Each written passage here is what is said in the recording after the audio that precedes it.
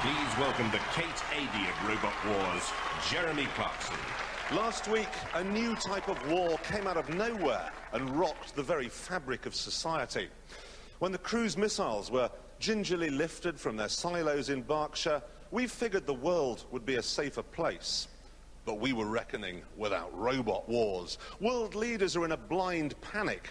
Last week, it was reported that Tony Blair actually stopped grinning for 5 minutes. Alexander Haig has flown to Buenos Aires, but that's probably a bit silly because for now, the fighting is confined to Britain.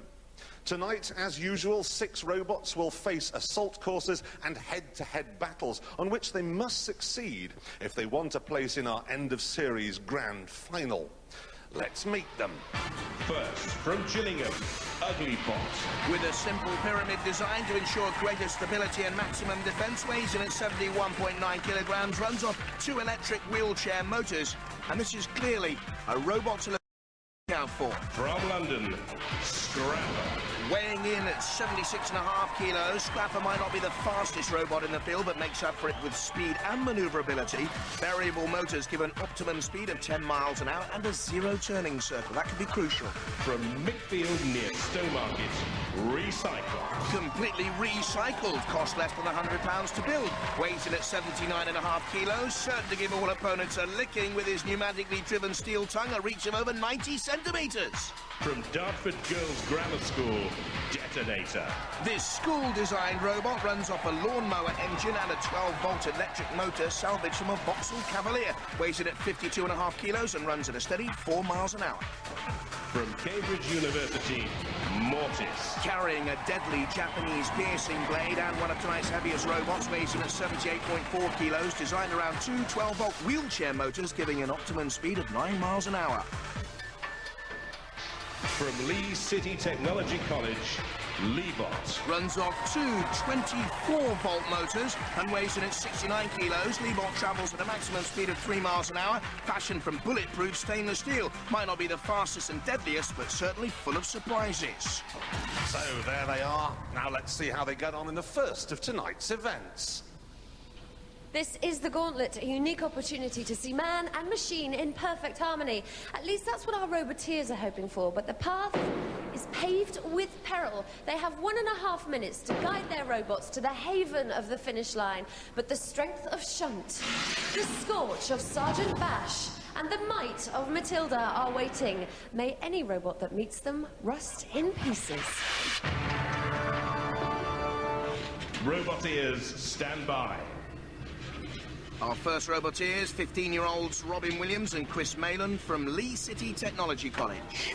Let's demonstrate some of the features. Here's an arm which comes forward with a weapon on the front, and at the rear we've got a grinding disc for grinding the opposition.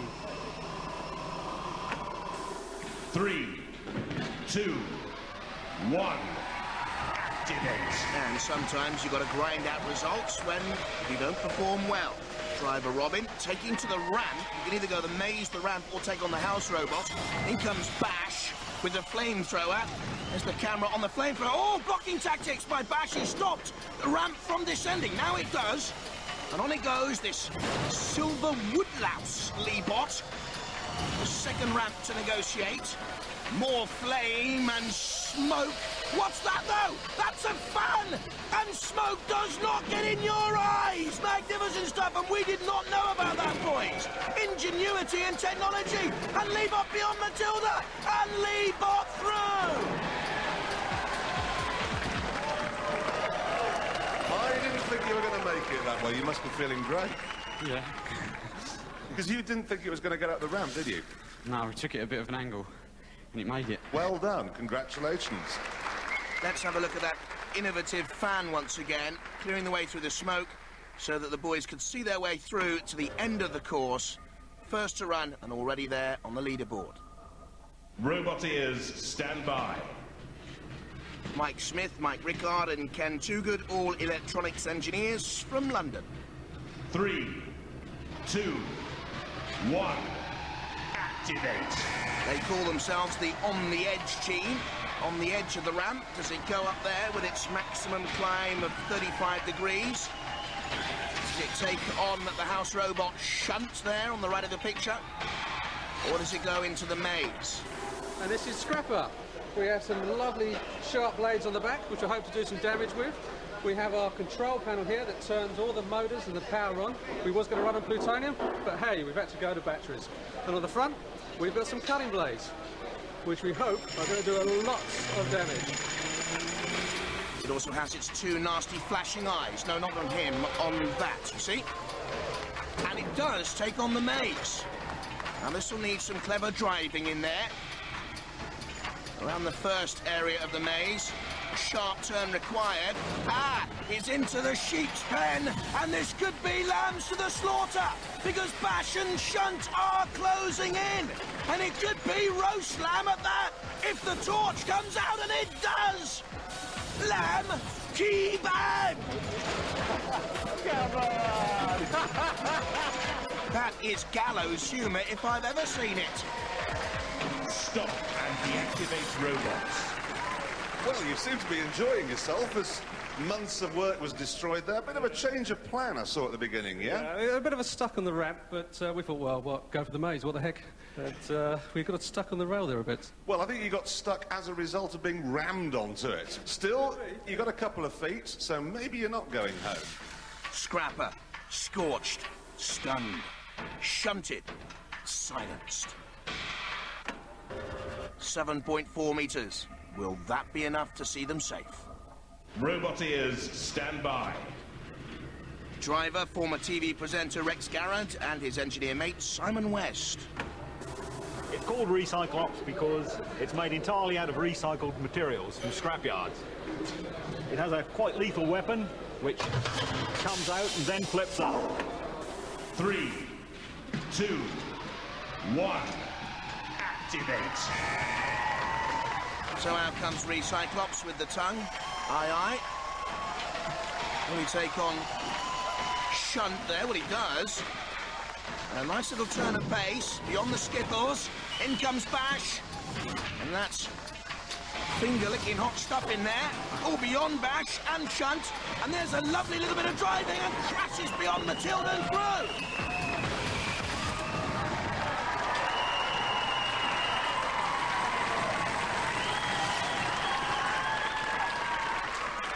Well, you were confident before you started, and now you must be feeling even better. Not really. I wanted one of them to go over. You wanted to turn one of our house robots over. Well, certainly. That's a game, isn't it? It's a game, but it's also impossible. No. Still, well done for finishing. Congratulations. And finishing in the fastest time so far. Recyclops, top of the leaderboard. Robot ears, stand by.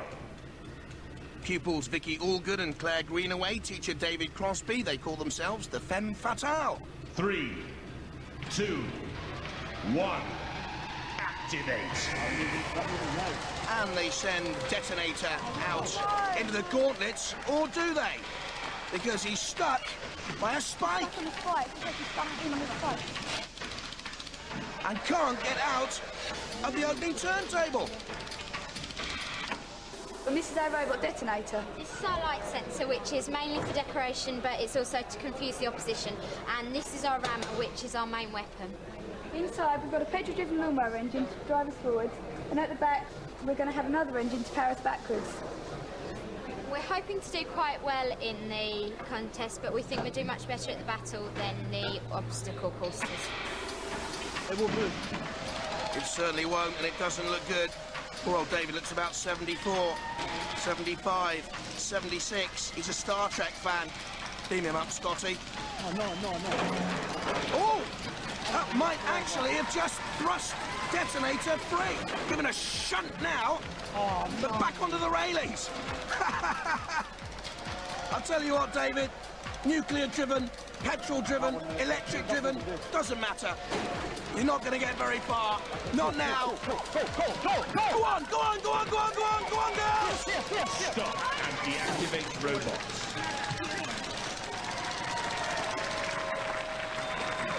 You go to hospital and get your heart mended, and you tell me what that was like. Awful. it wouldn't stay left at all, and then when we got the spike stuck, it got totally stuck. Yeah, with that spike, you must have just thought, that's it. Yeah, we thought we were dead. Most people hate the robots, the house ones, but you love them, yeah? Yeah, I do now. Well done. Congratulations. Ooh, not quite as far as Scrapper. 7 metres. Will that be enough to save them? Listen to that, a round of applause.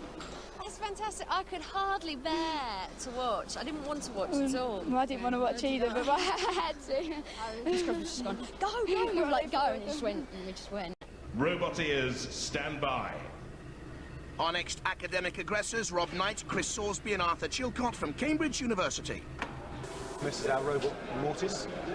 It's a tank-style vehicle with traps, because we reckon it gives it more control. It's very powerful, it's very fast. It has a very, very large axe blade on the front. And for protection, we have carbon and Kevlar armour plating, which is very hard indeed. I reckon we're in the chance. I reckon. 3, 2, 1. Activate. Very hard, very fast, very confident. Quick off the mark. And beyond bash. Ooh, the flame licks out. Seems to be a problem, actually. Maybe with the steering, I'm not too sure. Shunt is there as well. And the axe goes in. And the axe has trapped Mortis, being dragged back there. Now Matilda's in on the action too, with the onboard camera. And they are pinned. Matilda and Shunt and Bash, the house robots doing a magnificent job. You can see the axe there, impaling him, pinning him down. And now getting a lick of flame. We're not going to let you go anywhere. We don't have to. Stop. Deactivate robots. That is tough. And the crowd don't like it. There's Rob Knight's girlfriend, look. He pinned me with the axe. I couldn't drag him. He was too heavy. I couldn't drag both at once. You told me it was powerful. Yeah, it only took 3 to pin us down. No, well done. A nice beard, by the way. Congratulations, chaps. You got nearly as far as the girls from Dartford. Yeah, right. Thanks very much. Thanks, mate. Actually, just a little bit further than Detonator, tying with Scrapper. So, Cambridge, you got attacked by all 3 robots, and then Jeremy insulted your beard. Jeremy who? Roboteers, stand by. Paul Sherwood, the driver, and Colin Faulkner, future in-laws. 3, 2, 1. Activate. And let's go, let's go, let's go to the ugly butt. Ball to the ball, to the ball. Driver Paul collects bonsai trees in his spare time. Oh, banzai! In comes Shunt. Paul's a ceiling plasterer by trade. And your robot is being plastered. He's got to get off that wall. On the back of it, we've got some extremely sharp cutting discs. We just passed our very sharp cutting blade on the front of it. Inside we've got various batteries, 1 large speed controller, a couple of motors, wheels, and 1 large flashing light, just for a bit of a gimmick, followed by the radio gear at the back. This is Uglybot. Hopefully we'll win. Who knows? We'll have to wait and see. I don't think we're going to have to wait much longer, Paul, because you're stuck in the corner and you're not getting very far. Those teeth look like a pair of garden secretaires to me, anyway. And Shunt is doing his job there. He's certainly earning his engine oil tonight. Paul stuck fast. Oh, now can he get out, though? No, driven back to the turntable. Robots.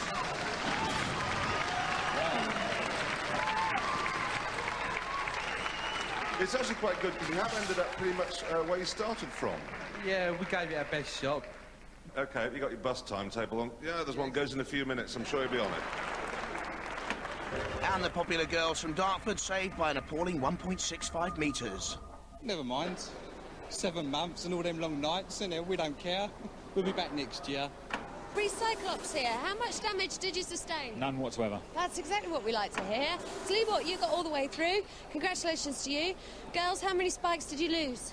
Well, knocked out them. We haven't actually lost them yet. They're in there somewhere, but they're still here. And did you get to use your saws on our robots? Not this time, but next time we will. It's slightly bent, but it's got to be straightened out. We're no problem.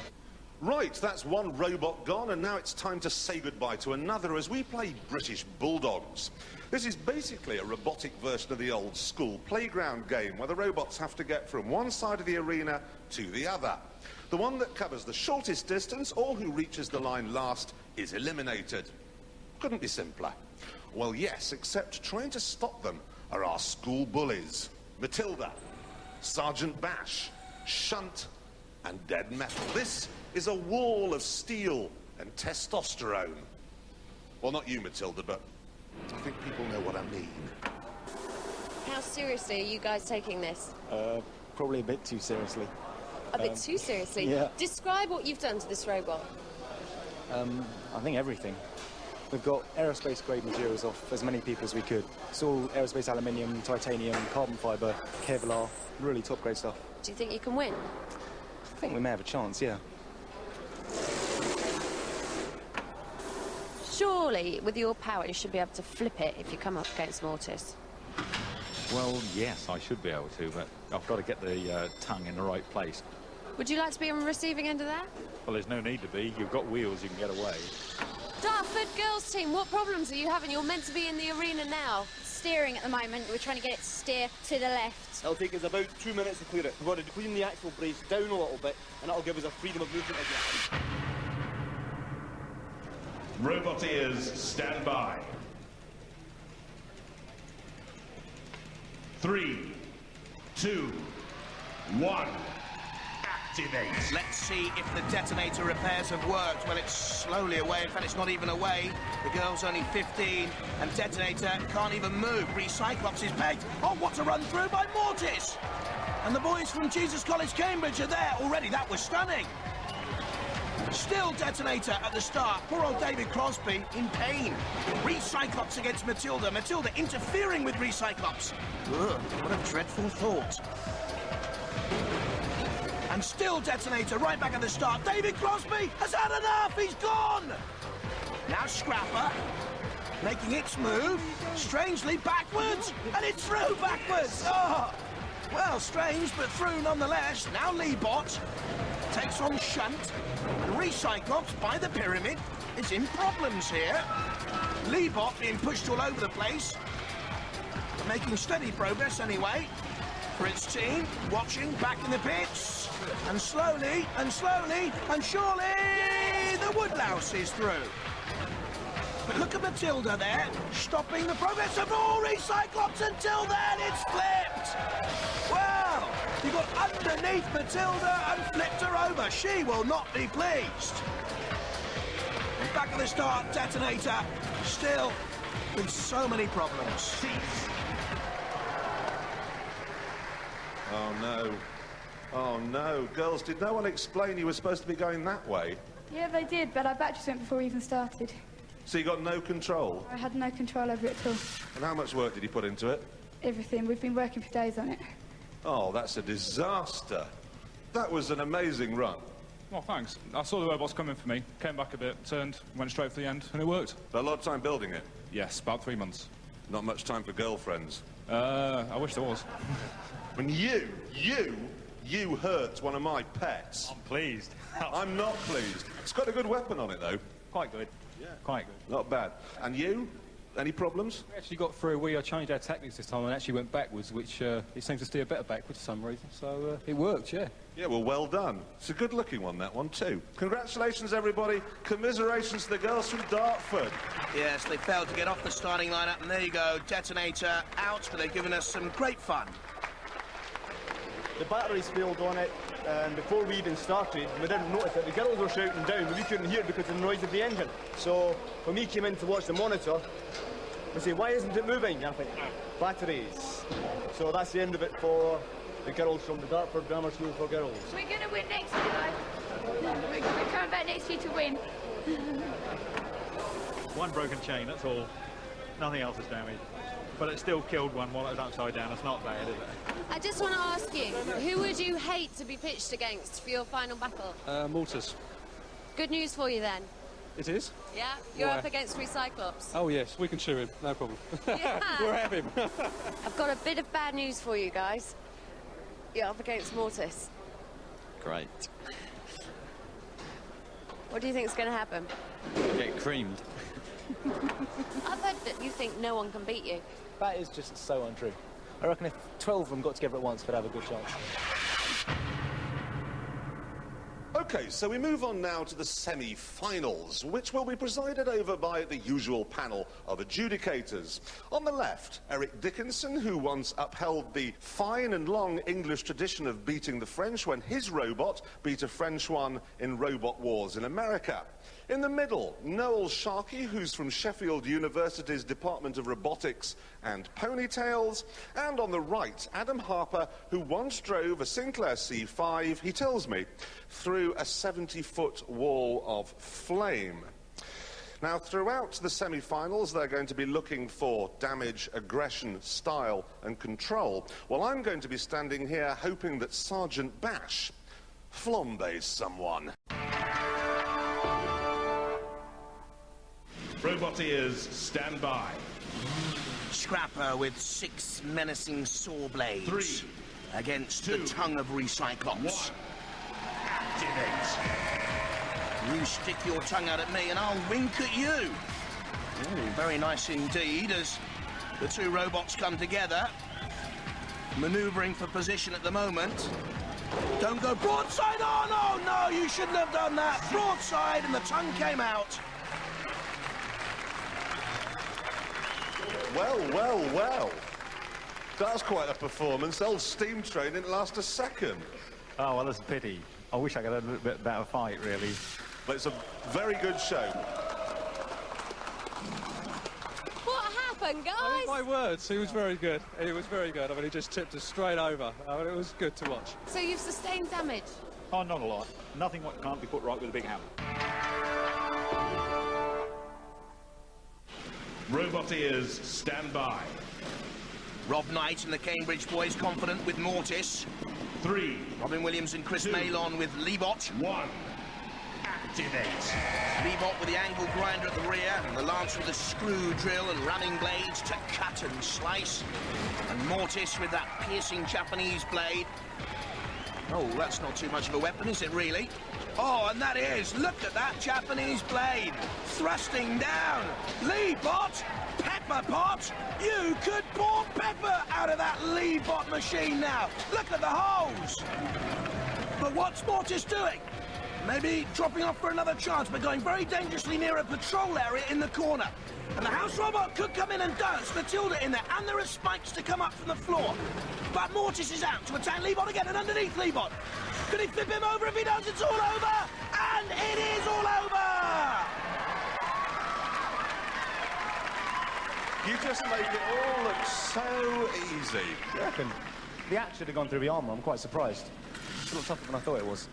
Good heavens above. Well, you're through to the next round. Congratulations. You're up against Mortis, mate. Lovely. Nothing wrong with that. Super fine. How do you feel about that? Bad.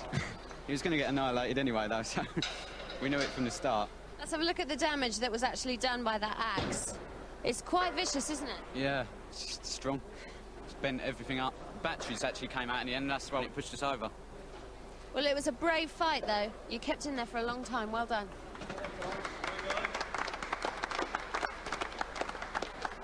You may be thinking you already know which one's going to win, but here on Robot Wars, the lesson we've learned is that nothing is certain.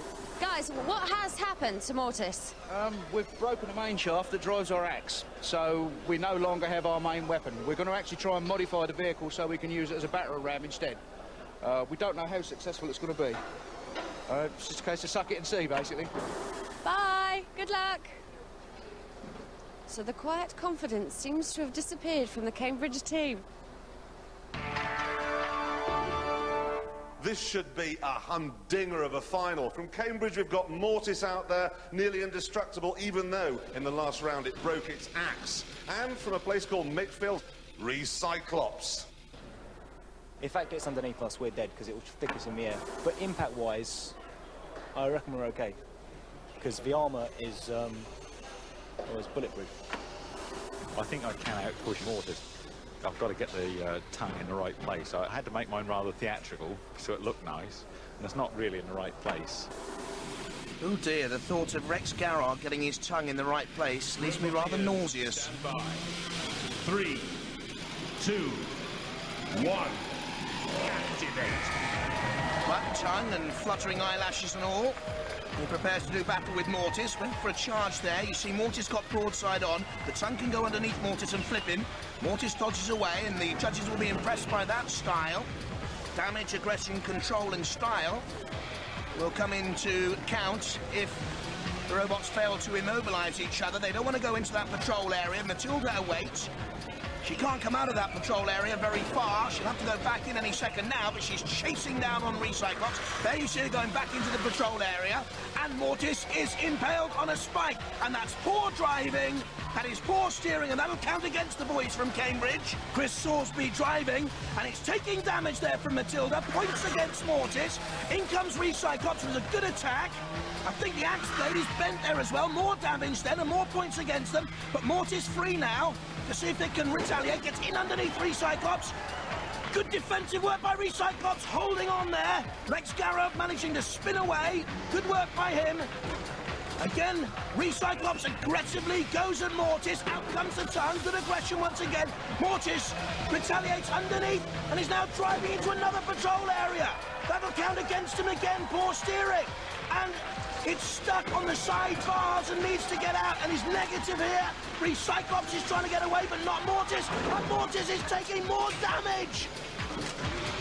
Cease. And what a baffling finish. And it goes to the judges. Well, it has to be a judge's decision, and we're going to await that. And let's have a look while we wait at some of the points they will be considering. Good dodging by Recyclops, damage to Mortis. Recyclops aggressive and attacking. Poor steering by Mortis, got it in there in the first place, but retaliating. Good defensive work by Recyclops, again aggression from Recyclops. And good defensive work, withstanding the Mortis thrust. And I think this could count against Mortis ultimately driving in there onto the sidebars. OK, the judges have made their decision using the 4 criteria: damage, control, style and aggression. And their decision is Recyclops! Well, that's hugely popular in the pits, look, and they're the real experts, the Roboteers. Come on, guys, come on up. What a performance. And a very popular win. Did you think you'd got it? Well, no, not really. But I was hoping to tip him over and then go and attack a house robot. That was my ambition. Well, that was a fantastic final. We'll see you in the grand final, and we'll see you lot next week. Sweet dreams.